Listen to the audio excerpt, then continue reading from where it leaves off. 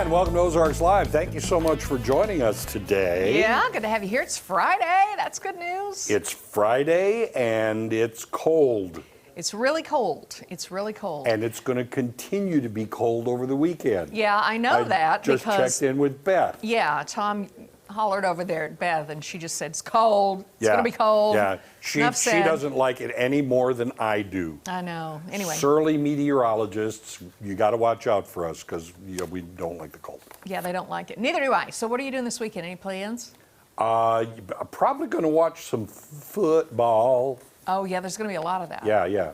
I mean, outside of that, I don't go out much. You know, I'm following stay at home, wear your mask. Yeah. I'll probably go out and, grab some groceries or something like that. But as far as something that would be earth-shattering, Exciting? probably not. Well, it's wrapping up the Christmas break, and so our oldest will be going back to school. And it's been so much fun having her home, but, we'll have to find something fun to do this weekend while she's still here. In the cold, I guess. But anyway, so it's been a fun break to have her here. You all like to hit the trails and things like that, right? Yeah. So bundle up and, go look at Mother Nature. Might be a little bit much for that. I don't know. We'll see. Figure out something to do. But no, nothing really on the agenda. We do this segment from time to time we call our playlist or our watch list, okay? And I've got a couple of things that I'm going to maybe indulge in over the weekend, and I'll share with you if it's worth watching next week. So I hope to kind of scratch a couple of those things off my list. I just don't watch as much as I would like. Yeah.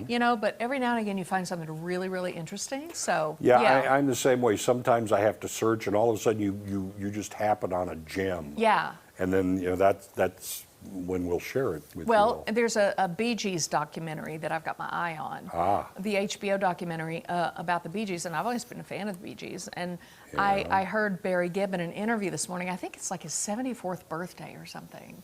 And hard to believe. Rockers and things ain't just teenagers anymore. No, they're not. Darn it, they grow up. But anyway, it was interesting, and he's done a new album.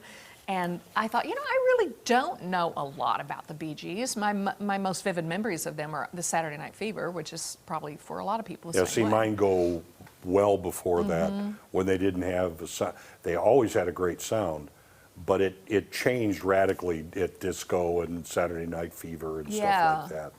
Yeah. There's a lot I don't know about them, but it sounds like those three brothers were terribly close in a beautiful way, and they were born, I forget where, and then they grew up in Australia. Australia, yeah. And then they wound up here. Oh, man, it's going to be good. So anyway, if it's worth it, we'll talk about it on Monday. I think it'll be a dandy, though. That'll be fun to watch. Yeah, and you had 4 brothers. I mean, oh, that's right. 3 of them were Bee Gees, and then it was Andy. Oh, was yes. separate. How in the world could I forget Andy? He was the heartthrob when I was young.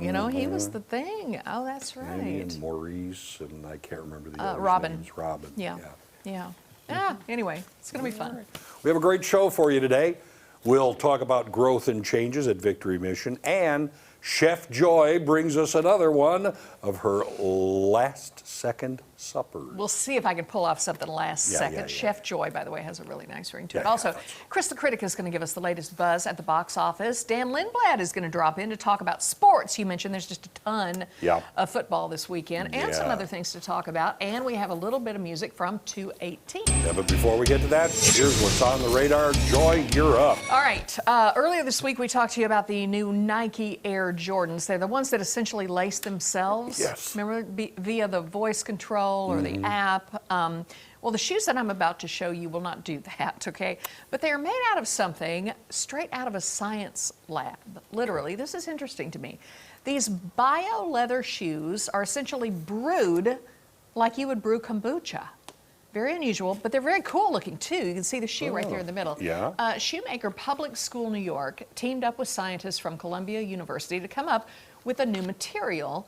It's a cellular textile that grows naturally using a fermentation process which involves something called SCOBY, symbiotic culture of bacteria and yeast. Okay, that's news to me.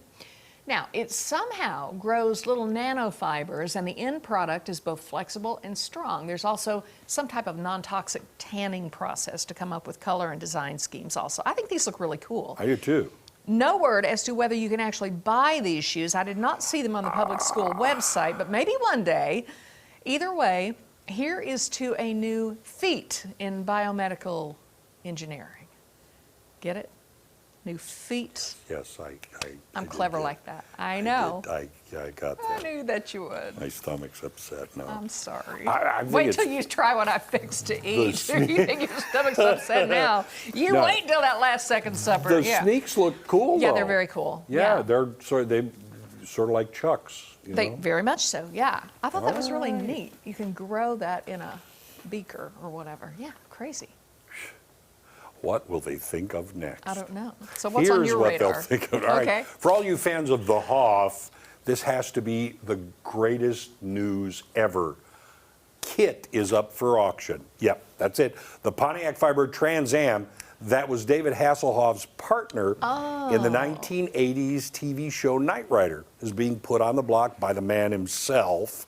The auction is scheduled to end on January 23rd and had reached a high bid of $975,000 as of yesterday, which is like way higher than the expected $175,000 to $300,000. All right. Now, the winner is responsible for delivery expenses, but if the final price exceeds 25% above the reserve price, Hoff will personally deliver Kit to its new owner. Hasselhoff is letting go of several other pieces of Hofficial merchandise, Wow. including a Baywatch pinball machine and a 14-foot model of the Hoff, used in the SpongeBob SquarePants movie. Yeah, that's not Hoff. That's that 14-foot model there, yeah. And find out more at liveauctioneers.com, and good luck. I hope to see that television icon zooming around the Ozarks by about February. The car, not the Hoff. Not the Hoff. Yeah, the Hoff. At first, I didn't know what you meant by the Hoff. I cannot remember ever having watched that show. Ever. I know, but it was a favorite of a lot of people. Yeah. It really was. The Yeah. car talked to him Yeah, apparently. and all sorts of things. Missed that one on purpose. Well, that's Yeah. fine. Anyway, I'm sure it's great fun. And, if they make 25% above the reserve price, which I'm sure is a fortune, that'll give them enough money to buy gas to drive over and deliver it to somebody, I'm sure. I would Well, with imagine. the high bid over 900,000, anyone, they can afford. They could buy their own gas station. Yes, they probably could. Probably. All right, I got one for you. The pandemic, of course, has had some odd effects on people.